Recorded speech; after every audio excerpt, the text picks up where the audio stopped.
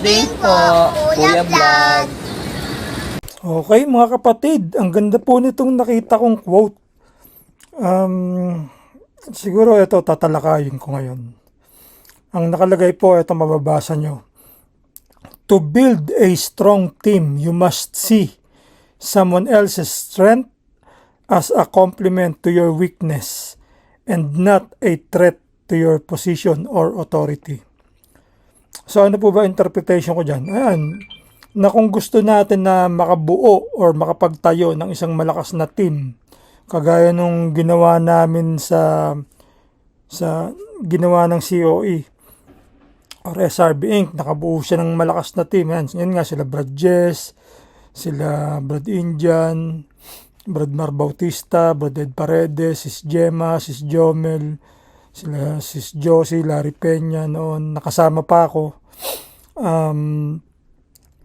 Kailangan malaman mo or makita mo yung bawat lakas ng bawat isa sa team.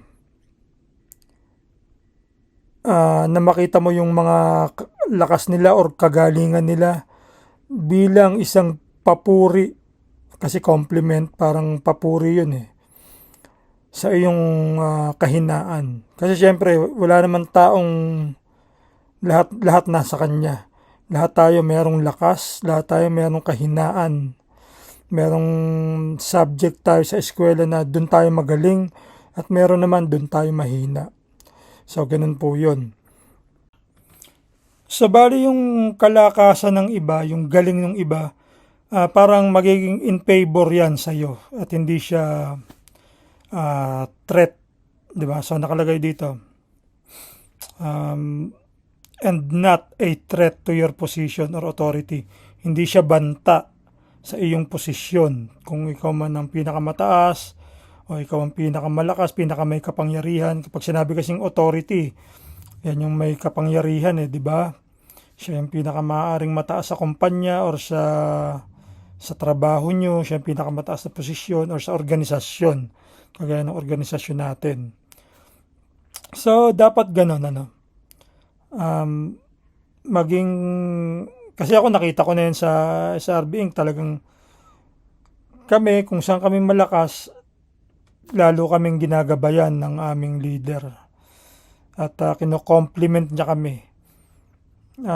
Lahat kami ginagabayan niya, bawat leader sa sa kahit saang province or kahit wala kang hinahawakan, is may galaw ka, lagi kanyang gagabayan.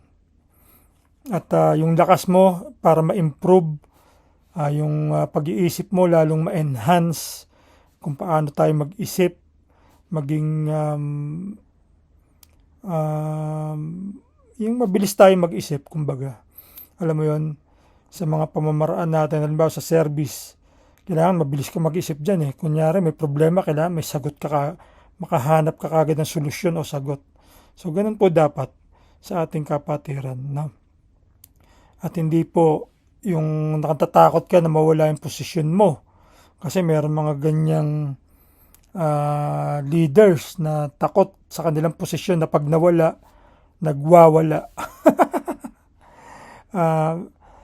Ako kasi nagawa ko yung pagka ako napapagalitan na pagsasabihan is tinatanggap ko siya as a lesson. Ganun yun diba? Kung mali, syempre makikipag-ano ako kung saan ba ako nagkamali, makikipag-usap ako. Pero hindi yung magwawala ako. At alam nyo na, bubuo-buo na naman ng bago. Sige po, mga kapatid, sana maging maayos ang kapatiran, sana matuloy yung aking plano. Plano namin nila Utol Shiba. Maraming salamat po mga kapatid. Ito po ang inyong vlog Alpha Epsilon.